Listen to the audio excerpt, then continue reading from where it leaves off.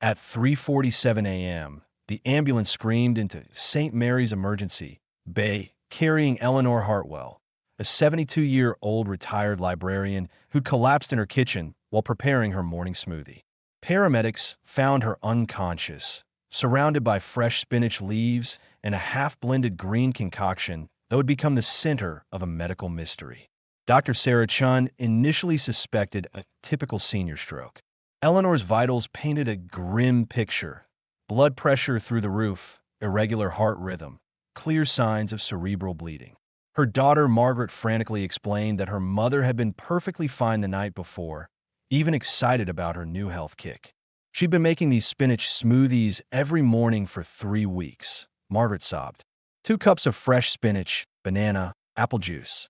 She was so proud of finally eating healthy. Eleanor's medical chart revealed she'd been on warfarin, a powerful blood thinner, for 2 years following a minor heart episode. Her INR levels, the measurement of blood clotting time, had been perfectly stable for months.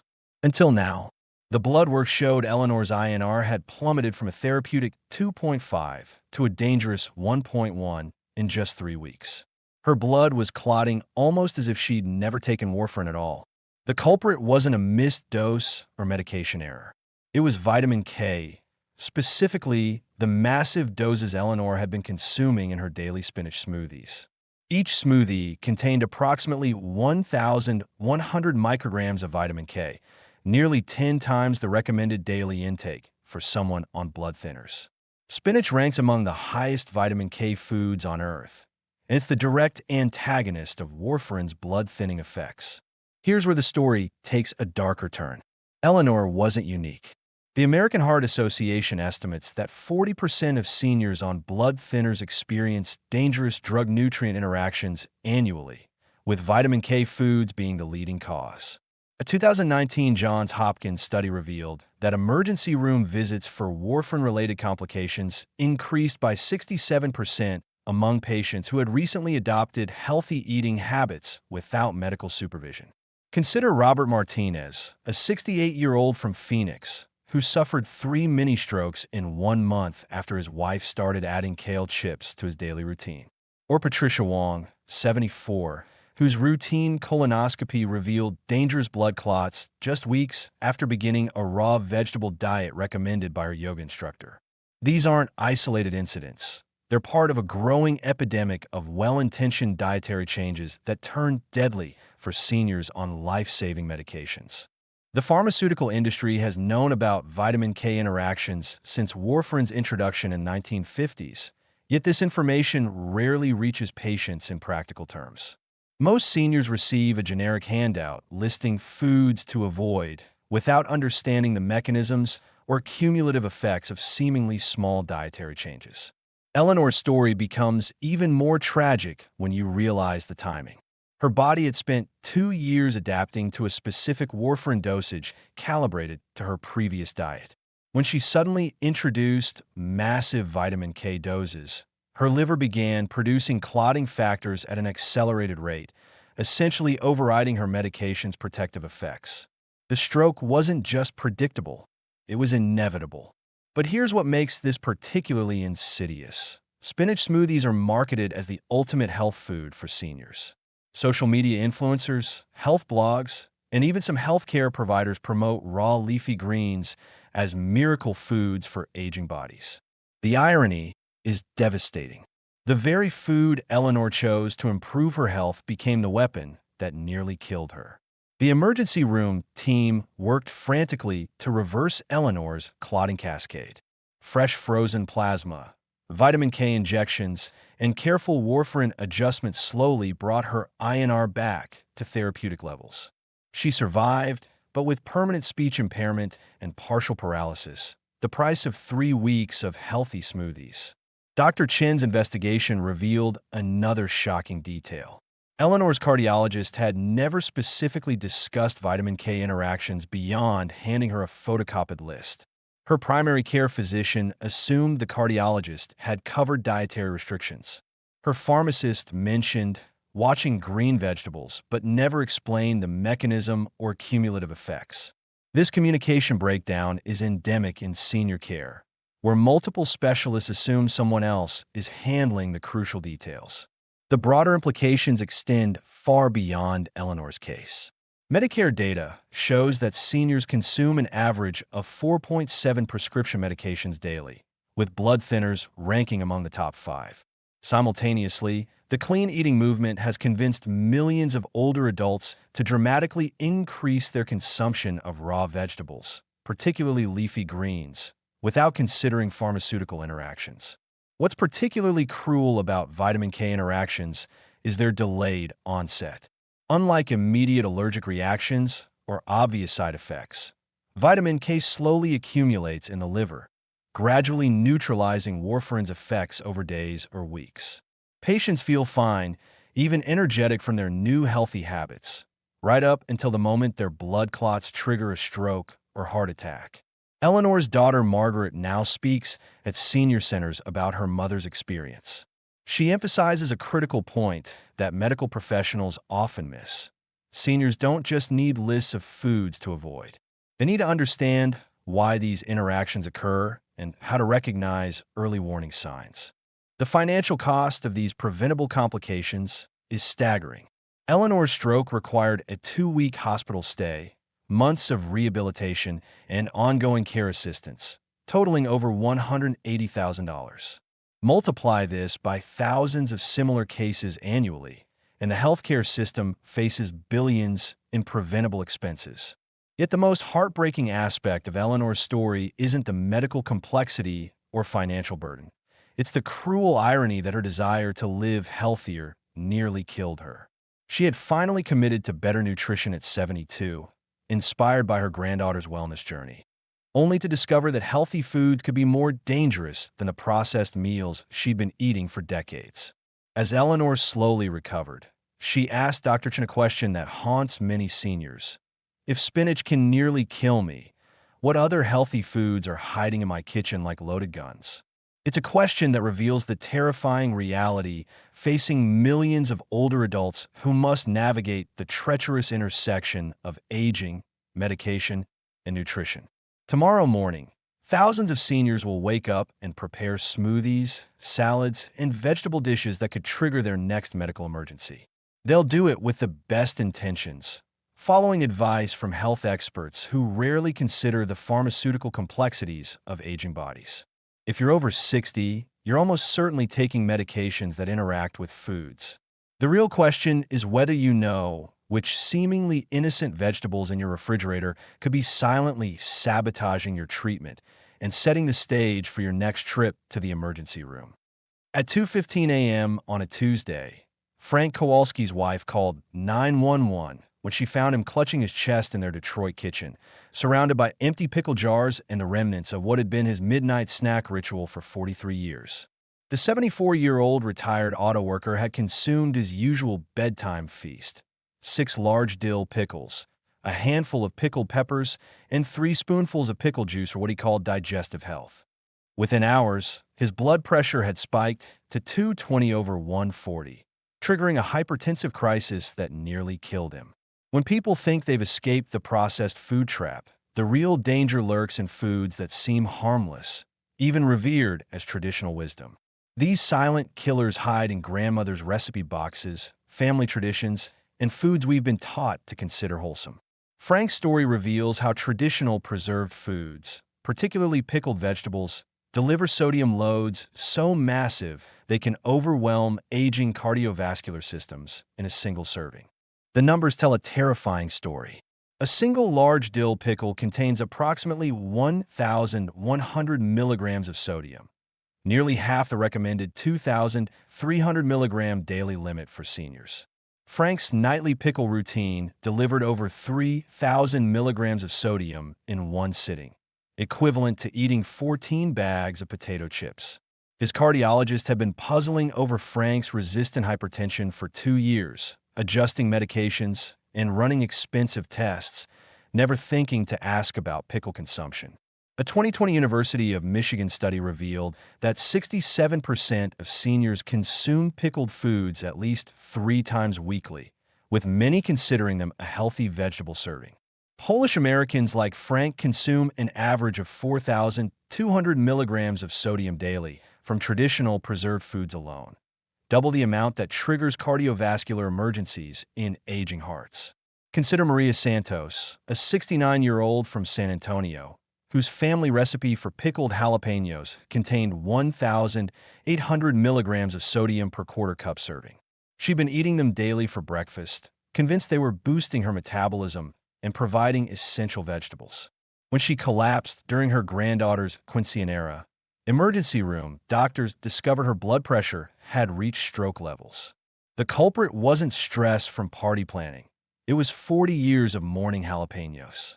After age 60, kidney function declines by approximately 1% annually, dramatically reducing the body's ability to process and eliminate excess sodium. This means a 70-year-old's kidneys can only handle about 70% of the sodium load they could process at age 30. What younger body handles easily becomes a toxic assault on aging organs. Frank's kidneys, already compromised by decades of industrial work exposure, couldn't cope with his nightly sodium bombs. Each pickle was essentially a small explosive device detonating in his cardiovascular system.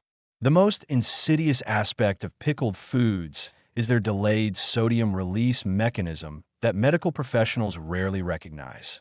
Unlike table salt, which hits the bloodstream immediately, the sodium in pickled vegetables binds with organic acids during fermentation, creating a time-release effect that can elevate blood pressure for 6 to 8 hours after consumption. Frank's midnight pickle binges were programming his body for morning hypertensive spikes, perfectly timed to coincide with a natural blood pressure surge that occurs upon waking. Cultural beliefs transform these dangerous foods into medicine. Frank's Polish grandmother had taught him that pickle juice cured everything from hangovers to muscle cramps.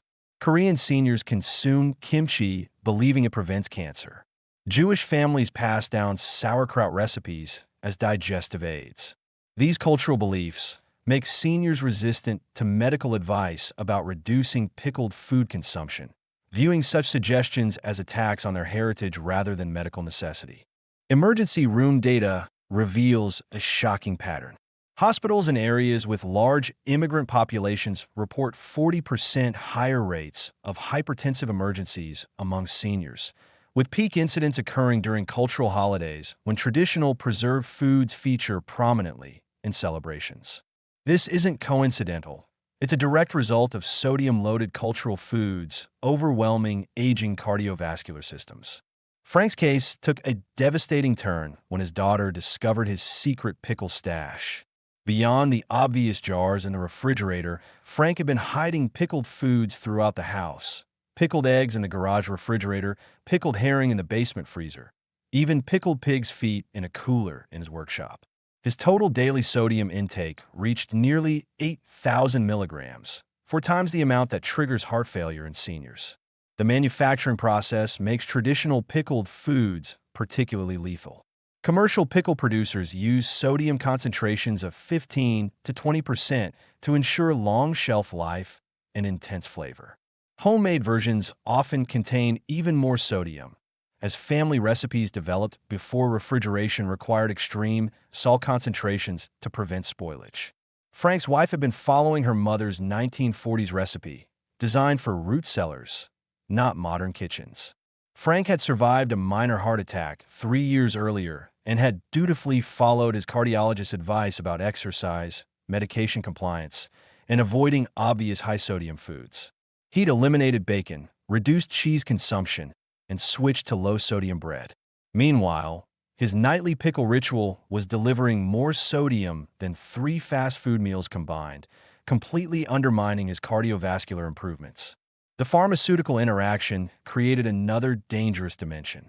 Frank was taking lisinopril, an ACE inhibitor that helps kidneys eliminate excess sodium. However, the massive sodium loads from pickled foods overwhelmed this mechanism, essentially rendering his medication useless. His body was fighting a pharmaceutical war it couldn't win. Blood pressure medication tried to lower pressure, while pickle-delivered sodium drove it skyward every night. Recovery revealed the true scope of damage.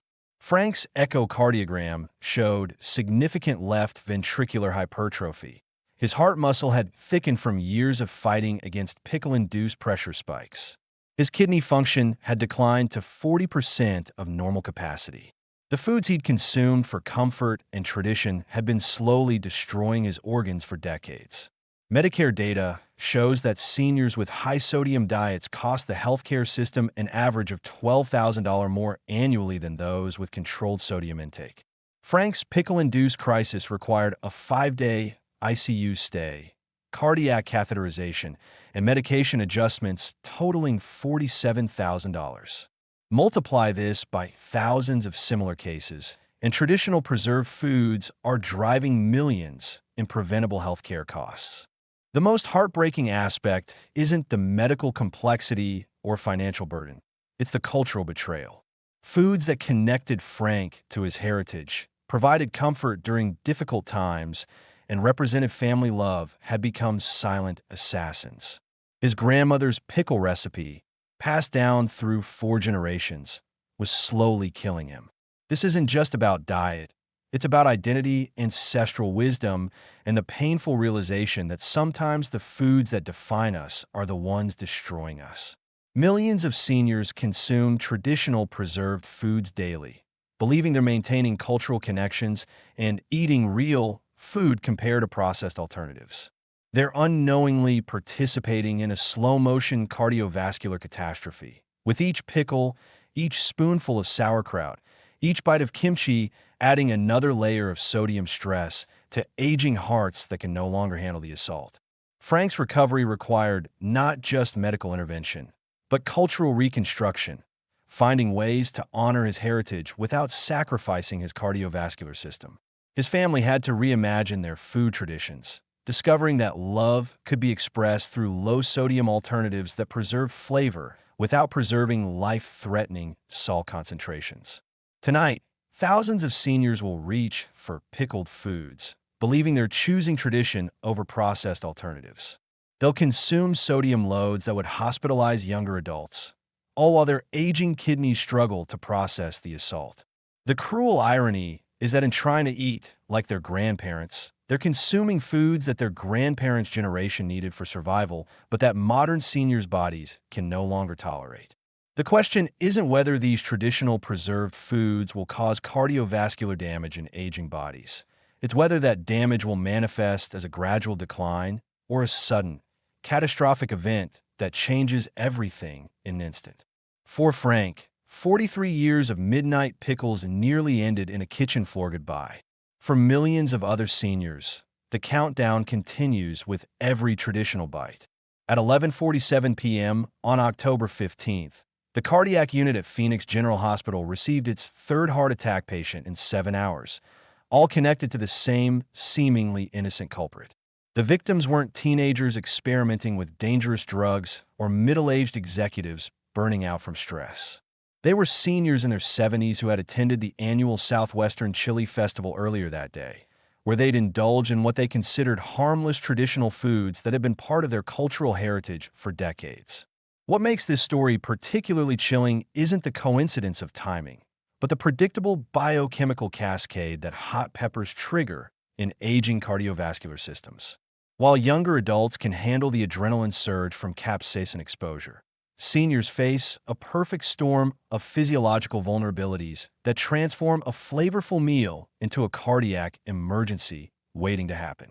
Capsaicin, the compound that gives chili peppers their heat, doesn't just create the sensation of burning in your mouth. It launches a full-scale assault on your nervous system. When capsaicin hits pain receptors, it triggers massive releases of substance P, a neurotransmitter that signals danger to the brain. In response, the sympathetic nervous system floods the body with adrenaline and noradrenaline, causing heart rate to spike, blood vessels to constrict, and blood pressure to surge dramatically. A 2021 study from the Mayo Clinic revealed that seniors consuming foods rating above 30,000 Scoville units, roughly equivalent to a serrano pepper, experience average blood pressure increases of 40 to 60 points within 30 minutes. For context, the ghost pepper that hospitalized 73-year-old Carmen Rodriguez contains over 1 million units.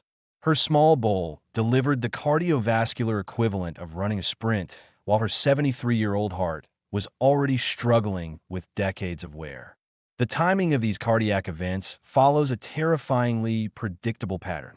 Emergency room data from hospitals near major chili festivals shows a 340% increase in cardiac admissions within 2 to 6 hours of festival peak hours. This isn't random.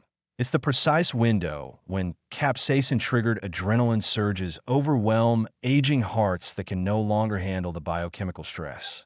Consider the case of 68-year-old Robert Martinez from Albuquerque, whose weekly tradition of eating green chili stew had been harmless for 20 years.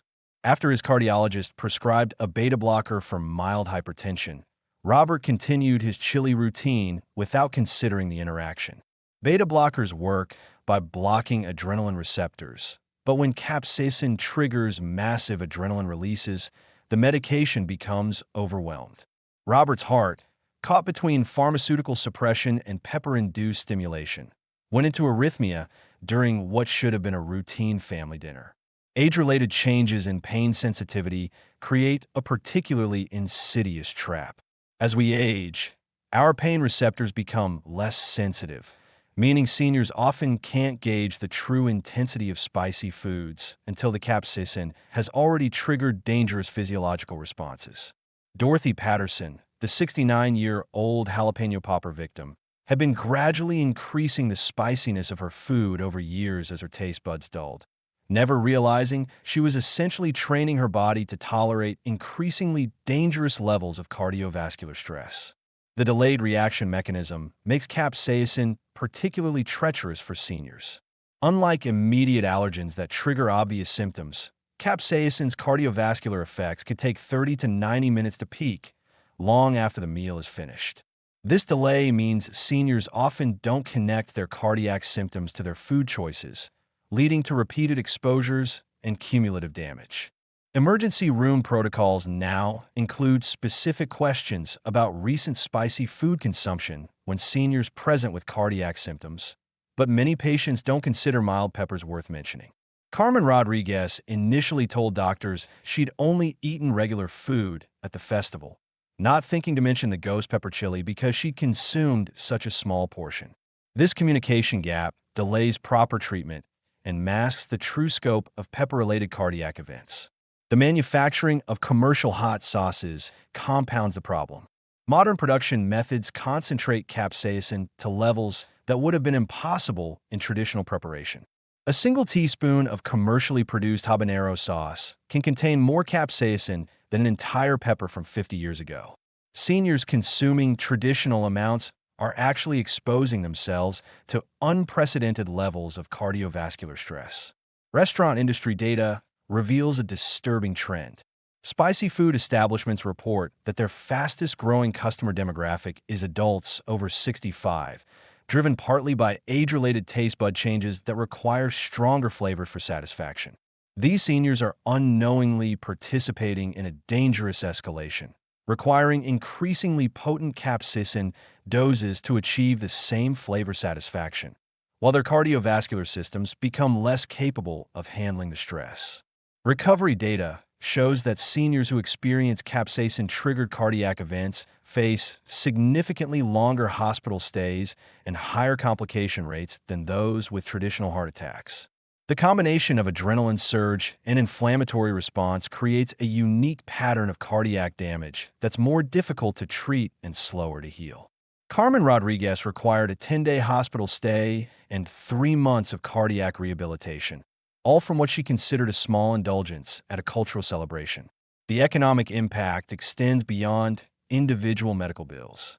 Insurance companies report that claims related to food-triggered cardiac events in seniors cost an average of $23,000 per incident, with spicy food incidents showing the highest rates of complications and readmission.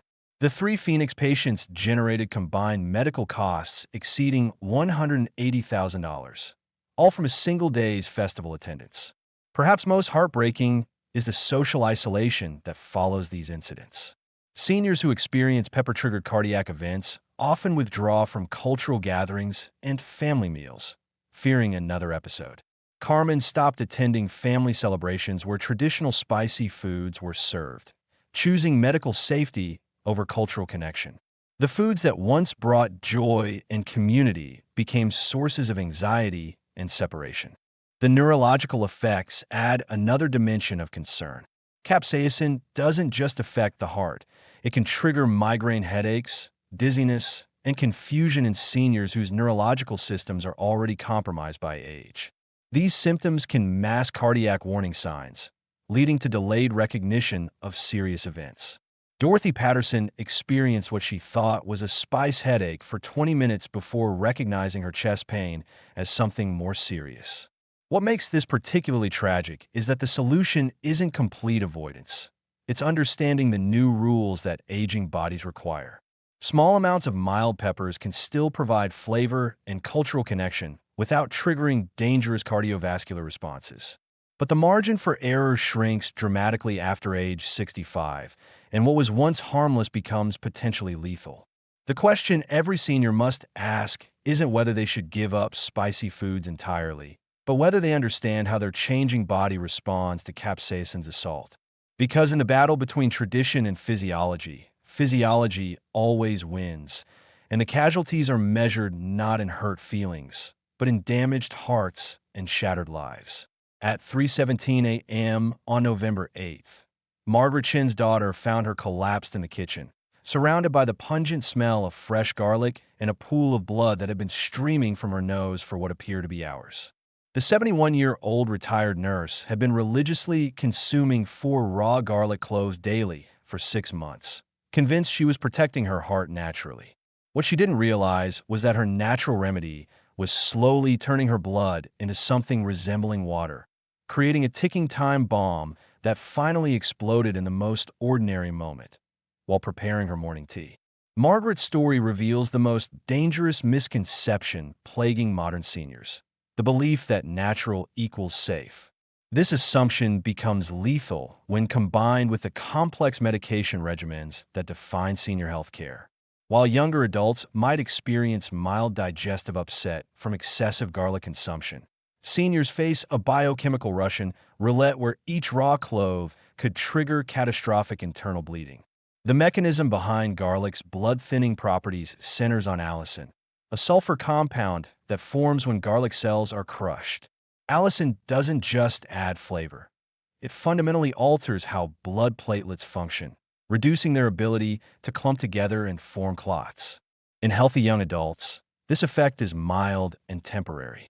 But in seniors already taking prescribed blood thinners, allicin creates a dangerous synergy that can push bleeding times into life-threatening territory. The dosage paradox makes garlic particularly treacherous. While pharmaceutical blood thinners are precisely calibrated and monitored through regular blood tests, garlic's potency varies wildly based on variety, freshness, and preparation method. A single clove of hardneck garlic can contain 3 times more allicin than softneck varieties, yet most seniors have no way of knowing which type they're consuming. Raw garlic that's been crushed and allowed to sit for 10 minutes develops maximum allicin content, while cooked garlic loses up to 90% of its anticoagulant properties. Consider the case of 74-year-old James Morrison, whose wife had been adding fresh garlic to his meals for decades without incident.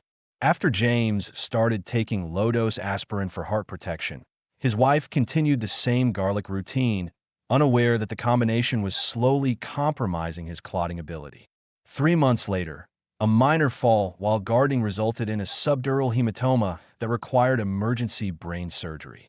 The neurosurgeon later explained that James's bleeding time was nearly double the normal range, a direct result of the aspirin-garlic interaction.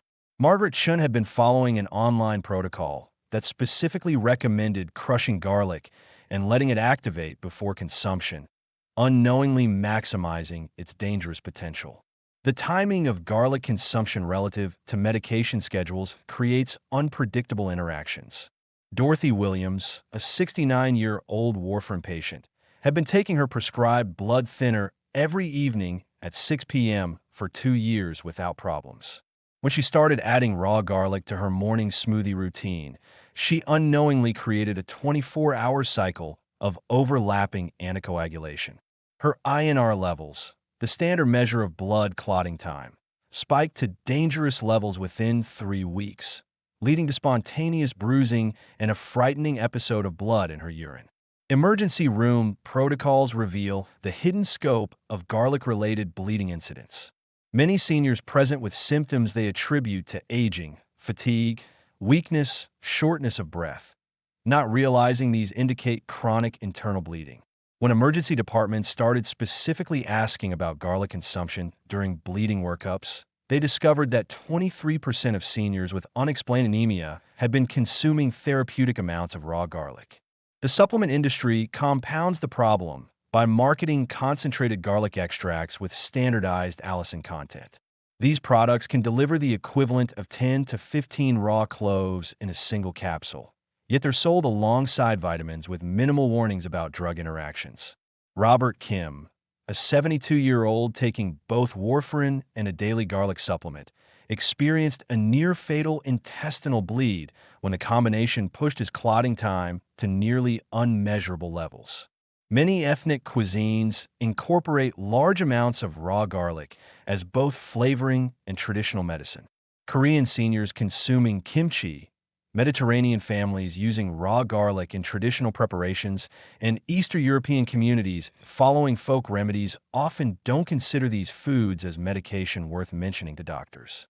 This cultural disconnect leads to dangerous gaps in medical history taking. The delayed onset of garlic's effects makes pattern recognition nearly impossible for most seniors. Unlike immediate allergic reactions, garlic's anticoagulant properties build gradually over days or weeks of consumption. By the time bleeding symptoms appear, seniors have often forgotten about dietary changes made weeks earlier. Margaret Chun had started her garlic regimen in May, but didn't experience her first nosebleed until October, making the connection seem impossible. Laboratory testing reveals another concerning pattern. Seniors who consume raw garlic regularly show not just prolonged bleeding times, but also decreased platelet aggregation that persists for up to 72 hours after their last dose. This means that even stopping garlic consumption doesn't immediately restore normal clotting function, creating a dangerous window where surgical procedures or injuries can trigger catastrophic bleeding. The interaction extends beyond traditional blood thinners to include common over-the-counter medications. Seniors taking daily aspirin, NSAIDs for arthritis pain, or even certain antidepressants face amplified bleeding risks when combined with therapeutic garlic consumption. The cumulative effect can push bleeding parameters into dangerous territory, even when each individual component seems harmless. Recovery from garlic-induced bleeding episodes often requires more intensive intervention than traditional anticoagulant overdoses. While pharmaceutical blood thinners can be reversed with specific antidotes, garlic's effects must be waited out as the body slowly metabolizes the active compounds. This prolonged vulnerability period increases the risk of complications and extends hospital stays significantly. Insurance data shows that seniors hospitalized for bleeding episodes involving natural blood thinners average 40% longer stays and 60% higher total costs compared to pharmaceutical anticoagulant complications. The 3-day hospital stay that saved Margaret Chin's life cost $47,000, all from a remedy she believed was protecting her health. Perhaps most troubling is the false security that garlic's natural origin provides. Seniors who would never dream of adjusting their prescription medications without medical supervision routinely alter their garlic consumption based on internet advice or well-meaning friends' recommendations. This double standard creates a dangerous blind spot where natural substances escape the careful monitoring that pharmaceutical blood thinners receive. The solution requires treating garlic with the same respect given to prescription medications. If you're taking any blood-thinning medication, including aspirin, discuss garlic consumption with your healthcare provider before making any changes. Monitor for unusual bruising, prolonged bleeding from minor cuts, or unexplained fatigue. When cooking with garlic, remember that heat destroys most of the problematic compounds. Cooked garlic provides flavor without the bleeding risks. Your heart needs protection, but that protection shouldn't come at the cost of turning every kitchen knife into a potential weapon and every minor bump into a medical emergency. Your heart began an unstoppable marathon the moment you were born. On average, a human heart beats approximately 2 billion times in a lifetime. This isn't a bank account you can overdraw or a phone plan you can recharge. When those 2 billion beats are exhausted, the game ends. What's shocking is that your daily food choices are directly determining whether this precious heartbeat budget is wisely invested or recklessly squandered. Consider William Thompson, a 77-year-old retired accountant who meticulously tracked every dollar, but never his heart's most vital currency. His seemingly healthy daily routine, whole wheat toast with jam, orange juice, coffee, sandwiches, and traditional dinners, kept his resting heart rate at a relentless 85 beats per minute. That's 122,400 beats wasted daily. William, unaware, was hemorrhaging his life supply. Simple dietary shifts could have slashed his rate to 65 beats per minute, saving 28,800 beats a day, over 10 million beats annually. This seemingly minor difference could have bought him an extra 5 to 8 years of life from his finite 2 billion beat budget. The link between your heart rate and your plate is shockingly direct, yet dangerously overlooked. High sugar foods trigger a metabolic cascade, a rapid blood sugar spike, an insulin surge, and a jolt to your sympathetic nervous system, forcing your heart into overdrive. A single slice of white bread can accelerate your heart by 15 to 20 beats per minute for 2 to 3 hours. For a 70-year-old, that's an unnecessary 2,700 heartbeats squandered simply to process one slice. But more insidious heartbeat assassin lurks: chronic inflammatory foods. Processed meats, refined sugars, and trans fats ignite a constant, low-grade inflammatory fire within your body, forcing your heart to labor under perpetual stress. Imagine running a car engine continuously at dangerously high temperatures. It might appear functional, but internal wear and tear are accelerating exponentially. The astonishing transformation of Mary Rodriguez, a 72-year-old retired teacher, reveals the true power of heartbeat budget management. Diagnosed with atrial fibrillation and facing a lifetime of medication, Mary defied the prognosis. She radically overhauled her diet: oats, berries, and nuts for breakfast, bean salads for lunch, fish and steamed vegetables for dinner. In just 3 months, her resting heart rate plummeted from 95 to a serene 68 beats per minute, and her atrial fibrillation episodes dropped by an astounding 80%. This wasn't magic, it was biochemistry. Omega-3 fatty acids stabilized heart cell membranes, curbing erratic electrical signals. Magnesium, involved in over 300 enzyme reactions, directly influenced myocardial contraction. Potassium maintained rhythm, and antioxidants shielded heart cells from free radical damage. These nutrients, working in concert, allowed her heart to achieve the same output with drastically less effort. Perhaps the most compelling evidence emerges from studies of centenarians in the Mediterranean. Their secret to longevity wasn't a genetic lottery. It was a resting heart rate consistently 15 to 20 beats per minute lower than their peers. Researchers pinpointed the cause: a diet rich in olive oil, nuts, fish, and vegetables, with a stark absence of refined sugars and processed foods. The heartbeat budget concept also exposes the brutal reality of obesity's true cost to the heart. Every additional pound of body weight demands increased circulation, forcing your heart to pump harder, beat more often. A 70-year-old carrying just 30 extra pounds could be forcing their heart to deliver an additional 15,000 to 20,000 beats daily, a staggering 6 to 7 million beats overdrawn annually. The most dramatic transformation came from 83-year-old Frank Novak. This former construction worker, given 6 months to live after a massive heart attack with only 25% heart function remaining, embarked on an extreme dietary experiment when traditional treatments failed. He completely eliminated all processed foods, consuming only steamed vegetables, fruits, legumes, and small amounts of fish. 6 months later, the impossible happened. Frank's heart function recovered to 45%. His resting heart rate dropped from 110 to 75 beats per minute. Most remarkably, his heart began growing new blood vessels, a phenomenon called collateral circulation. Doctors couldn't explain this reversal, but the data didn't lie. Frank's heartbeat budget efficiency improved by over 30%. Food's thermal effect also impacts heartbeat costs. Digesting different foods requires varying energy investments, and these energy demands translate directly into additional heartbeats. Digesting a high-fat meal might require an extra 3 to 4 hours of elevated heart rate, while digesting the same calories from plant-based foods only demands 1 to 2 hours. This difference, accumulated over a lifetime, could equal tens of millions of extra heartbeats. Time adds another layer of complexity. Older adults' hearts have diminished recovery capacity, meaning each heart rate elevation takes longer to return to baseline. A heavy meal might keep a 70-year-old's heart rate elevated for 6 to 8 hours, while the same meal affects a 30-year-old for only 2 to 3 hours. This prolonged recovery period means seniors pay a higher heartbeat price for identical food choices.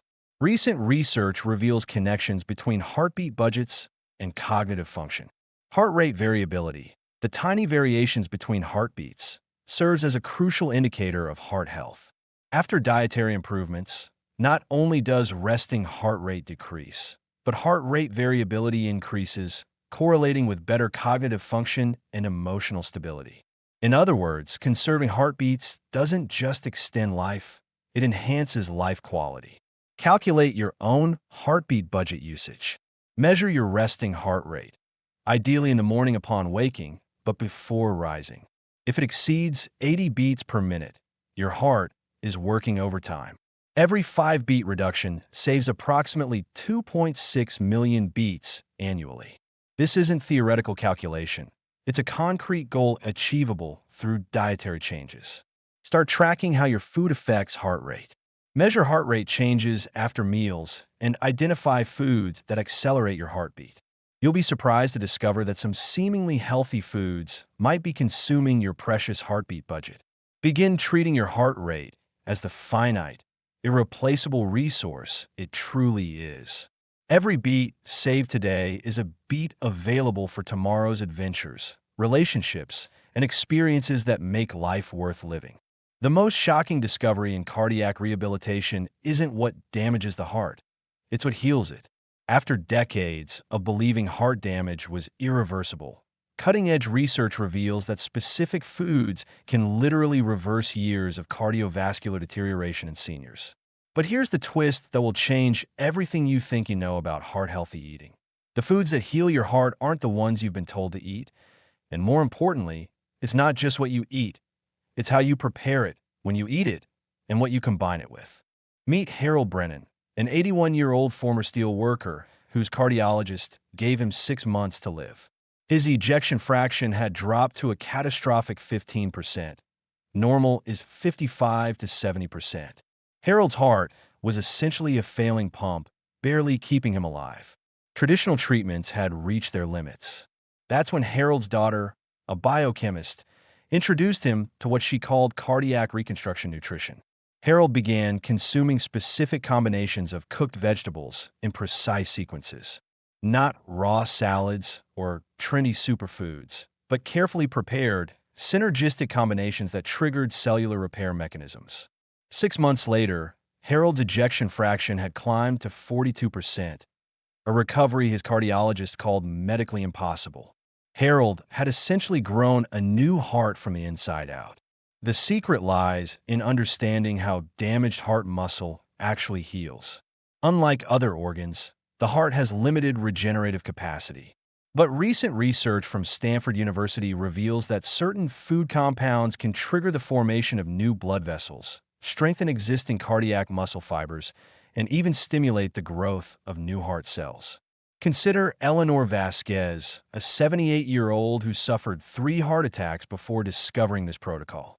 Eleanor's transformation began with purple cabbage, not raw, but slow-cooked for exactly 47 minutes with specific herbs. This precise cooking time breaks down tough cellular walls while preserving anthocyanins, powerful compounds that repair damaged blood vessel linings. Eleanor consumed this preparation every Tuesday and Friday for 8 months. Her coronary calcium score decreased by 34%, something cardiologists previously thought impossible without surgical intervention. The healing power intensifies when you understand food synergy. Take the combination of cooked beets and steamed broccoli consumed within 30 minutes of each other.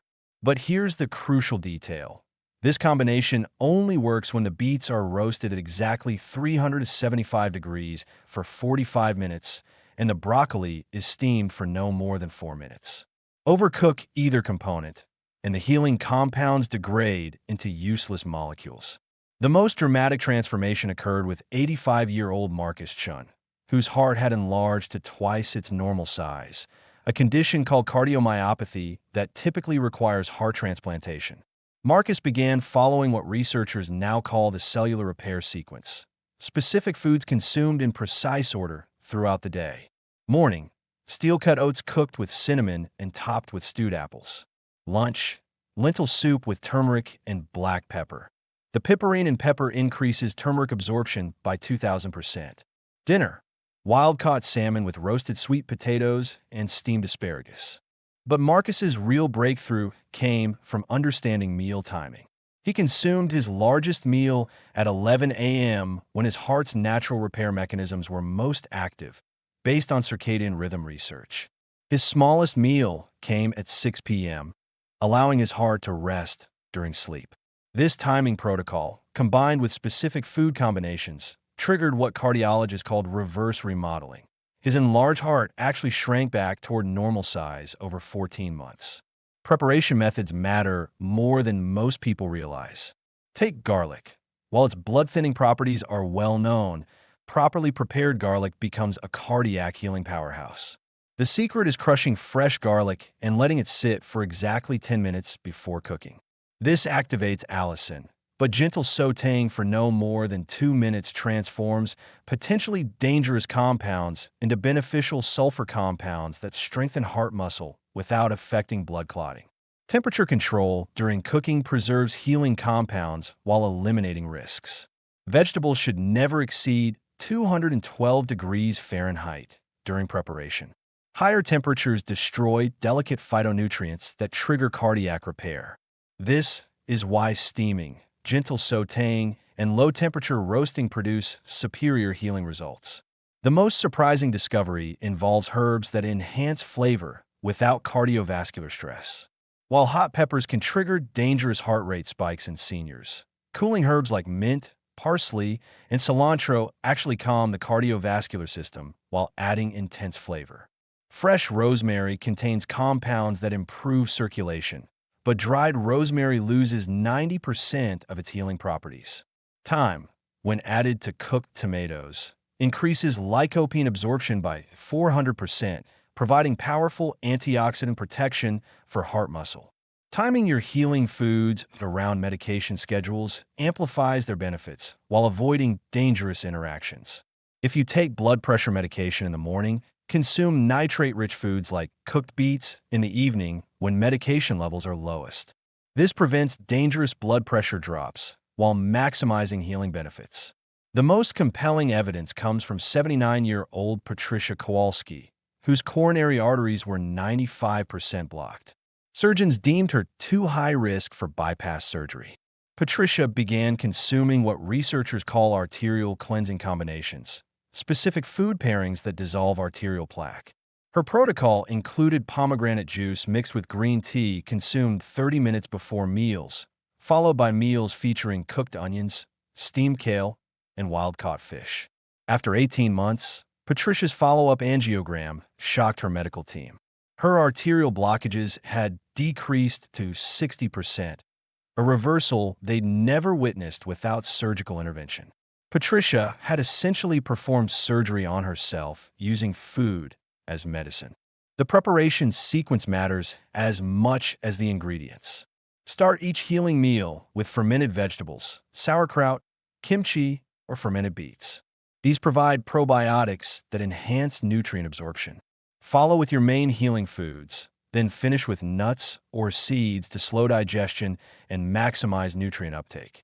Hydration timing amplifies healing effects. Drink 16 ounces of room temperature water 30 minutes before each healing meal to optimize digestion and nutrient transport. Avoid drinking during meals, as this dilutes digestive enzymes and reduces healing compound absorption. Advanced practitioners use therapeutic cooking, preparing foods in specific vessels that enhance healing properties. Cooking in cast iron increases iron content, beneficial for seniors with anemia.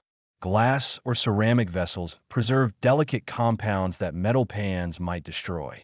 Even the type of salt matters.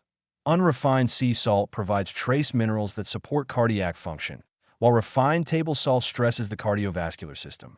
Your kitchen becomes a cardiac rehabilitation center when you understand these principles.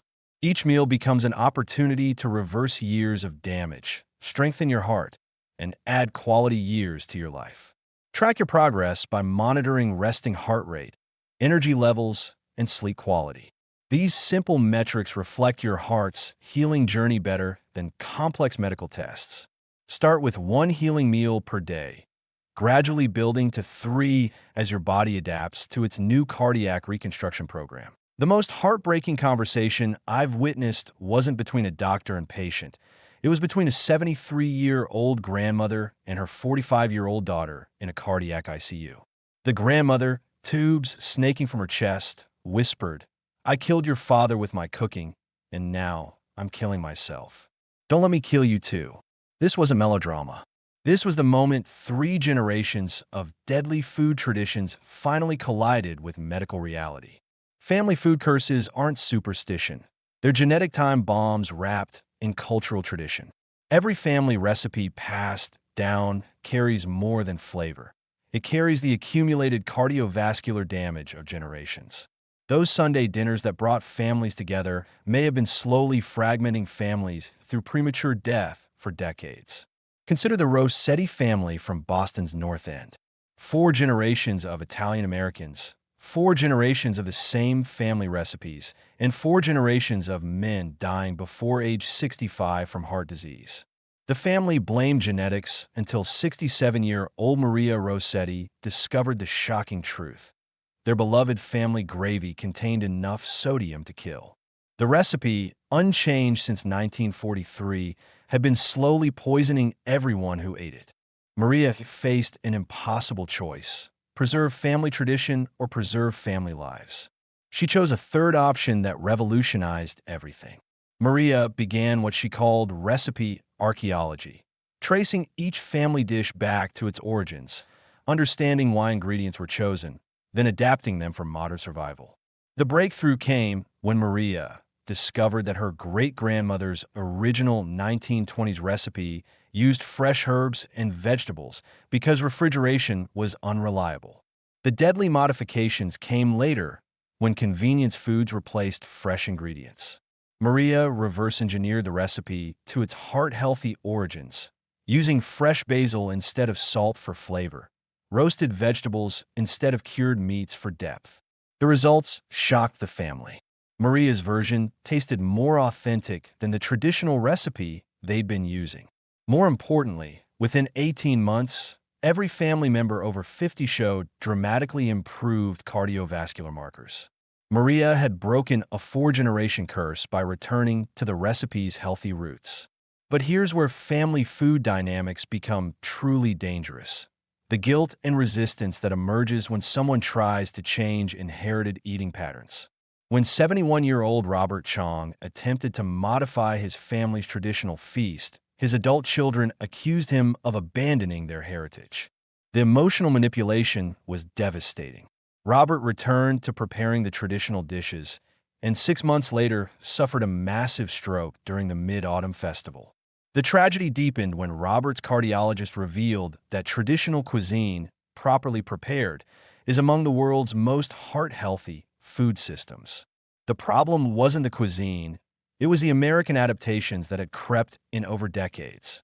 Restaurant-style preparation methods and processed ingredients had transformed healing foods into cardiovascular weapons. Robert's daughter, Linda, discovered this truth too late to save her father, but not too late to save herself and her children. She found that her grandmother's original recipes contained virtually no added salt, relying instead on fermented vegetables, medicinal herbs, and cooking techniques that enhanced natural flavors.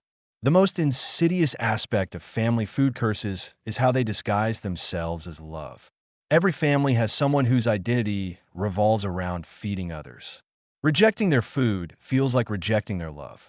This emotional manipulation keeps deadly food patterns alive across generations. Consider 69-year-old Dorothy Patterson, whose famous peach cobbler had been the centerpiece of family gatherings for 30 years. When Dorothy's cardiologist warned that her dessert was triggering diabetic episodes in her pre-diabetic relatives, Dorothy felt like her role as family nurturer was under attack. Dorothy's transformation began when she realized that true love means protecting, not poisoning, the people you care about. She spent 6 months developing a heart-healthy version of her cobbler using natural fruit sweetness and wholesome ingredients. The new recipe actually enhanced the peach flavor while eliminating health risks. More importantly, Dorothy discovered that her family's love for her wasn't dependent on sugar content. It was dependent on the care and intention she put into feeding them. Research from the University of Michigan reveals that dietary patterns established in childhood predict cardiovascular health 40 years later with 89% accuracy. Children who grow up eating dangerous family foods don't just inherit recipes. They inherit cardiovascular disease. Breaking these patterns requires confronting uncomfortable truths about how family traditions can become family curses. The most dramatic transformation occurred with the Johnson family from rural Alabama. 5 generations of Southern cooking had produced 5 generations of diabetes, hypertension, and early death. When 74-year-old patriarch James Johnson was diagnosed with end-stage heart failure, his granddaughter Sarah, a nurse practitioner, decided to intervene. Sarah's approach was revolutionary. She honored the flavors and emotions of traditional Southern cooking while completely transforming the nutritional profile. The key was understanding that people don't just eat food, they eat memories, emotions, and cultural identity. Sarah preserved these elements while eliminating cardiovascular risks. The family initially resisted, but when James's heart function improved dramatically after 6 months of the modified recipes, resistance turned to enthusiasm. Sarah had proven that you can honor tradition while protecting health. Strategic communication becomes crucial when breaking these patterns. Frame modifications as improvements, not restrictions. Emphasize that you're returning to authentic traditions, not abandoning them. Present changes as experiments, not permanent alterations. Let improved health outcomes speak for themselves. The timing of these conversations matters enormously.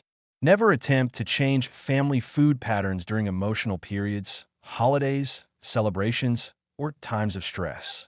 Choose neutral moments when family members are receptive to new ideas. Document everything.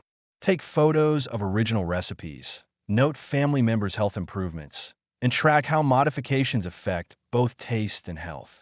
This documentation becomes powerful evidence when other family members resist change.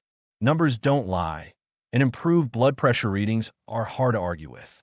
The most successful family transformations involve gradual, almost imperceptible changes. The economic argument often succeeds where health arguments fail.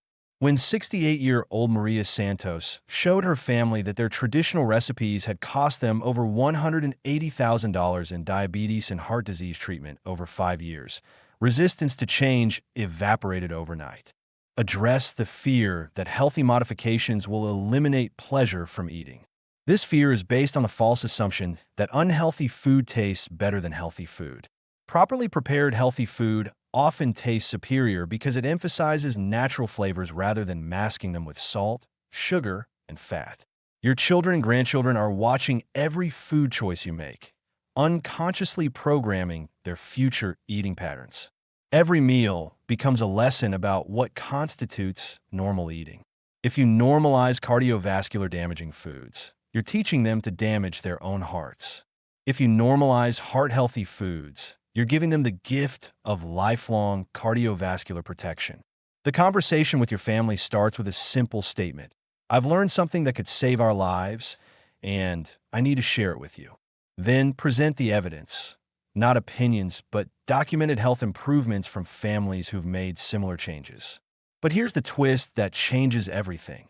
The most powerful tool for breaking family food curses isn't education or persuasion, it's demonstration. Cook one modified recipe for the next family gathering. Don't announce the changes. Let the improved taste speak for itself. When family members ask for the recipe, reveal the healthy modifications. Success breeds curiosity, and curiosity breeds change. Choose one family recipe that's been causing cardiovascular damage for generations. Research its origins. Understand why unhealthy ingredients were added. Then develop a heart-healthy version that preserves the emotional and cultural significance while protecting everyone's health. Your family's cardiovascular future depends on breaking these inherited patterns before they claim another generation.